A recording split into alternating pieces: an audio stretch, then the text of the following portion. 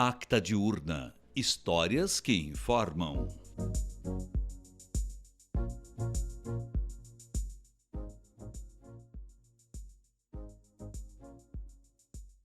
Logo quando completou 6 anos como fiscal de finanças, o colapso político na Venezuela obrigou José Guzmán Fuentes a sair de seu país em busca de uma nova oportunidade, deixando toda sua carreira para trás.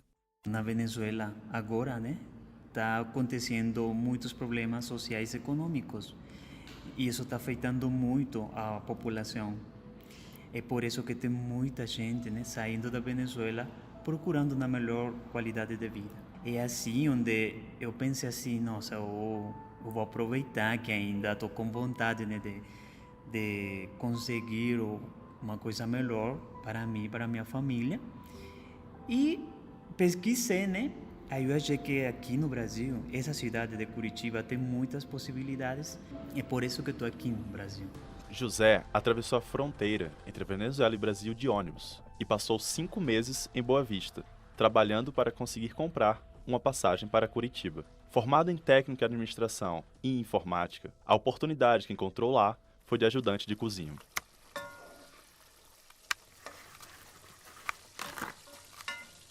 Graças a Deus, aqui também consegui arrumar um emprego. Tem um site que é o Escritório do Trabalhador, acho que o nome é de CICE, Eu me cadastrei. Aí eles conseguem arrumar emprego de acordo com as experiências que você tem. Como eu já tinha trabalhado como ajudante de cozinha, eu coloquei como opção. Aí deu certo. Agora estou trabalhando como ajudante de cozinha faz 7 meses. Agora, minha chefa, nesse momento, ela só me perguntou, me fala de você. Aí comecei a falar, nas minhas experiências,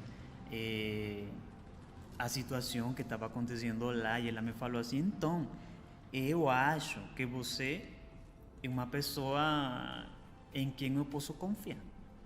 Entendeu? Foi de momento, assim. E aí, graças a Deus, ela me deu essa oportunidade para eu trabalhar na empresa. É uma cozinha industrial, estou na área de porcionamento. Já quando a comida está pronta, na minha área a gente se encarga de porcionar as marmitas, deixar elas prontas para elas sair ao seu destino. Já instalado em Curitiba, seu maior desafio agora é revalidar seu diploma e aprender a língua para, enfim, conseguir ingressar novamente em sua profissão. Então, se penso ficar no Brasil. É por isso que eu estou fazendo esse curso, Consegui falar um pouco melhor, quero fazer uma reválida da minha área. Aí eu quero, mais para frente, arrumar um emprego já na minha área. Eu preciso trazer meu diploma, porque ainda eu não trouxe comigo. Trazer meu diploma, me cadastrar em consulado da Venezuela que fica em São Paulo. Depois desse processo, ele tem que traduzir ao idioma português. Depois de acabar todo esse processo, aí eu consigo fazer uma reválida na Faculdade do Paraná.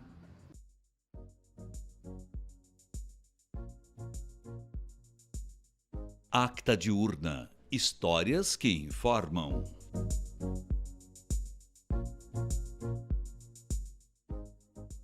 Olá, seja bem-vindo ou bem-vinda ao Acta Diurna, o podcast de histórias reais que informam. Eu sou a Thalita Souza. E eu sou o Guilherme Coutinho. Nós somos estudantes de jornalismo preocupados com a informação e atentos às mudanças sociais pelas quais o mundo passa.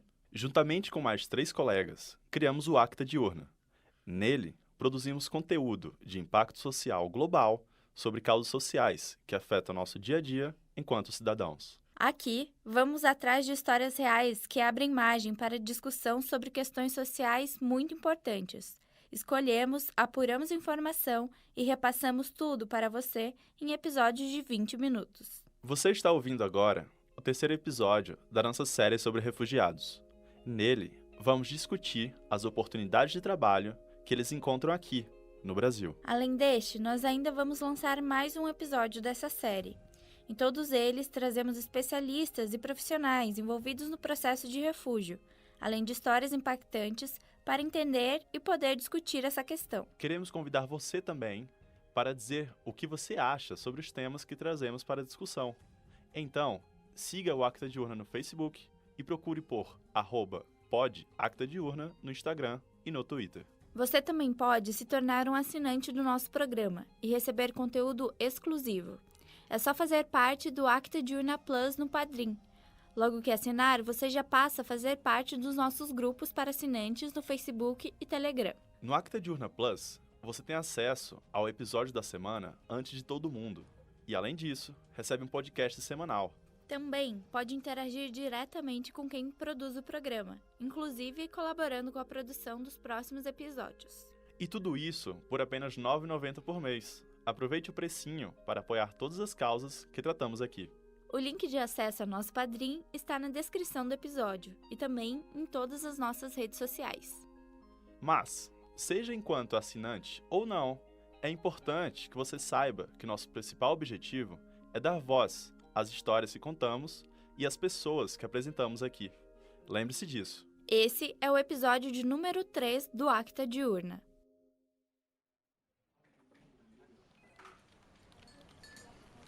A chegada massiva de povos de outro país no Brasil causa movimentos em todas as esferas, sociais, políticas e econômicas. A essa última estão relacionados diversos aspectos de mudança, como mercado consumidor, gastos e investimentos, aumento da mão de obra e demanda por postos de trabalho. Tanta interferência pode incomodar governantes, especialmente aqueles que seguem uma linha mais conservadora e nacionalista.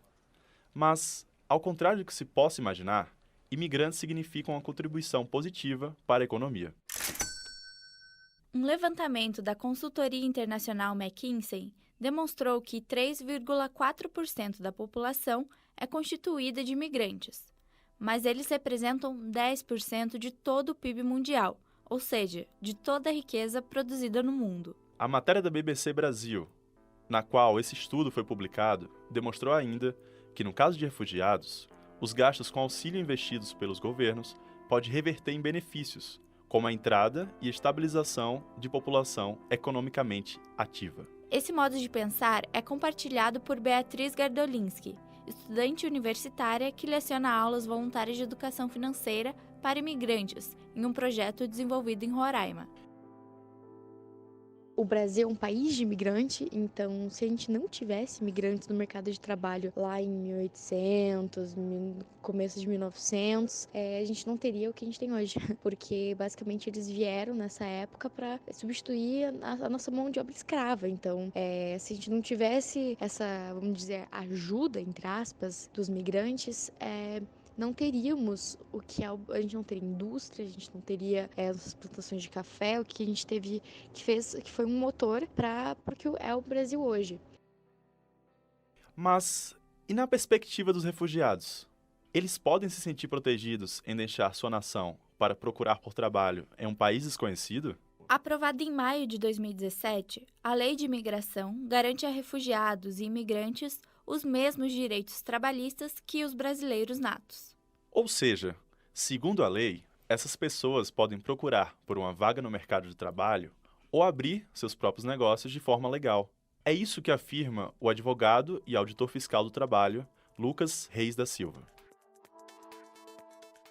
O artigo 5º da Constituição da República, ele prevê que todos são iguais perante a lei, sem distinção de qualquer natureza, inclusive na formalização do vínculo empregatício. A necessidade de formalização do vínculo empregatício do trabalhador brasileiro é a mesma necessidade de formalização do vínculo empregatício com o trabalhador refugiado estrangeiro. E ele passa a ter os mesmos direitos. O salário mínimo, o direito à jornada de trabalho, a jornada diária, a jornada semanal previstas na Constituição, de 8 horas diárias com 2 horas extras por dia, 44 horas semanais, como previsto na Constituição.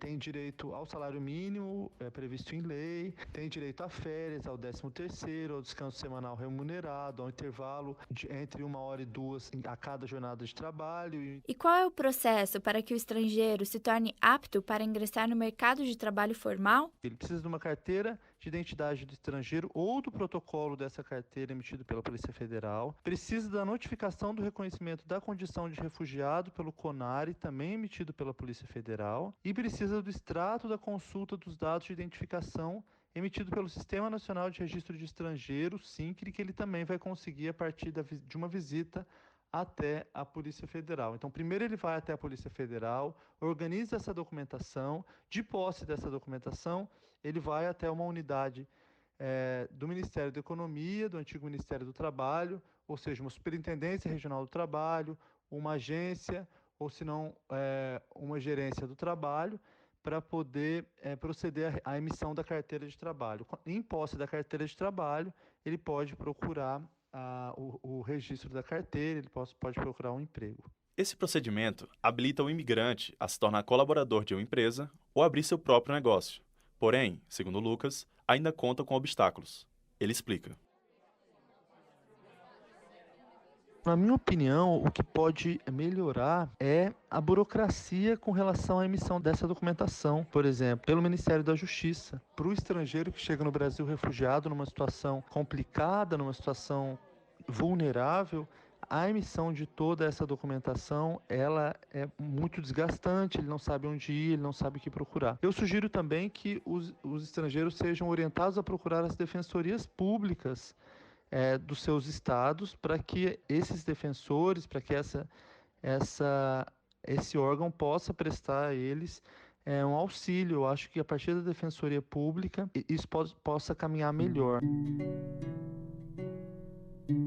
Mesmo com todas essas regras estabelecidas por lei, a migração intensa e repentina de um grupo de refugiados cria uma barreira para que a legislação seja cumprida corretamente.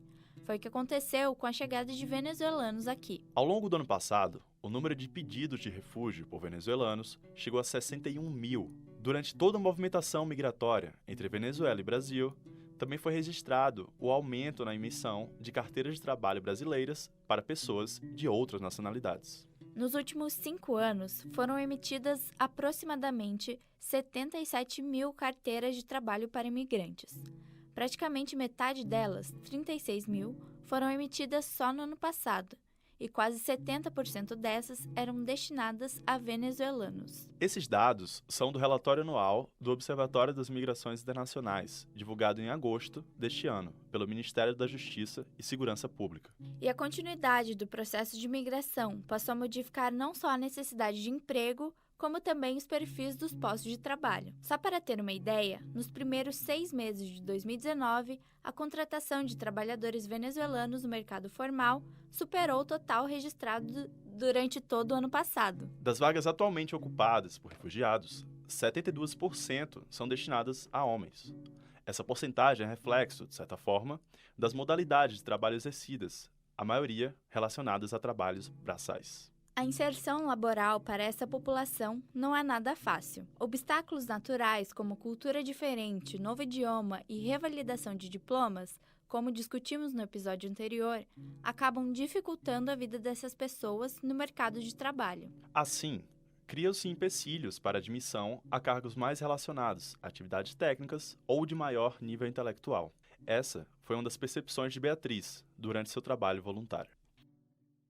O primeiro grande desafio seria a barreira cultural, que entra língua, costumes, mas que acredito que o Brasil, por ter esse background de aceitação de imigrantes e de ser a identidade do Brasil, na verdade, é não ter identidade por esse multiculturalismo, eu não vejo como um grande empecilho isso. Mas é um dos maiores desafios em quesito de benefício, de empregar um imigrante. E o benefício é exatamente isso, você trazer diferentes formas de você estar fazendo, às vezes, uma tarefa de uma maneira mais eficiente que a gente não sabe aprender com essa cultura.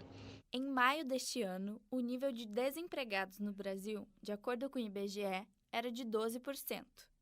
O mesmo índice entre os refugiados registrava a média de 19%, segundo o levantamento da Agência da ONU para Refugiados, Acnur, realizado no mesmo período. E no estado de São Paulo, a situação é mais preocupante ainda, chegando a 38% no ano passado, como apurado pelo Atlas de Imigração do estado de São Paulo. Mas, Para quem saiu de uma situação de guerra, fome ou instabilidade política total, o Brasil representa a esperança de um novo emprego e uma nova vida. Por isso, com o objetivo de ampliar o acesso dessa população ao mercado de trabalho, a Rede Brasil, do Pacto Global, e a Acnur lançaram a plataforma online Empresas com Refugiados, em abril deste ano. O site funciona como uma ponte entre empresas interessadas em contratar pessoas em situação de refúgio. A atuação do projeto se dá por meio de parcerias com essas organizações privadas, desenvolvendo um trabalho de consultoria. A plataforma funciona como um banco de dados sobre boas práticas corporativas, que beneficiam a integração dos refugiados no país, materiais de referência, além de orientações sobre o processo de contratação. Bom, mesmo com todas as dificuldades apresentadas ao longo do episódio, há quem enxergue pontos positivos nesta difícil trajetória. Esse é o caso de José. Lembra dele?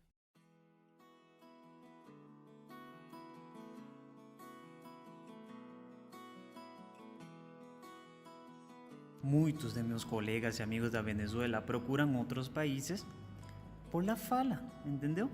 Espanhol. Eu escolhi o Brasil porque achei interessante aprender outro idioma, outra cultura. Pensa, Brasil e Venezuela são vizinhos, são pertos. Há horas da Venezuela com o Brasil. Eu achei interessante, né? Aprender dessa cultura, aprender o idioma, a comida, as tradições, o folclore. É por isso que eu estou aqui. E também acho, além de que tem problemas como todo mundo, né? Brasil tem muitas oportunidades. Entender um pouco mais das relações de trabalho entre nativos e imigrantes abre nossos olhos para questões como o preconceito, causado por uma suposta ameaça econômica. Além de contribuírem com o desenvolvimento econômico do país para onde se deslocam, refugiados se sentem felizes por encontrar uma oportunidade, mesmo que muito abaixo das suas qualificações. E é parte da nossa responsabilidade quebrar essas intolerâncias, nos conscientizando e lutando para oferecer empregos que façam jus às capacidades desses povos, dando a eles novas e promissoras perspectivas. E por falar em perspectiva, chegamos ao tema do último episódio da série sobre refugiados do Acta Diurna. É isso mesmo! Na próxima semana, vocês vão ouvir um programa que trata das expectativas de vida para essas pessoas que passaram por tanta coisa para chegar a um novo país e agora, estabelecidas, passam a fazer novos planos para o futuro. Será que elas já enxergam o Brasil como casa? Como seus planos mudaram para se adaptar à nova realidade? Como se enxergam daqui a 5 ou 10 anos? Tudo isso você confere no próximo episódio. Se tem alguma dúvida ou já tem opinião formada sobre esse tema, corre lá nas nossas redes sociais e já vai conversando com a gente. Nos siga no Facebook, Twitter e Instagram, @podactadiurna. Até a próxima semana! Até mais!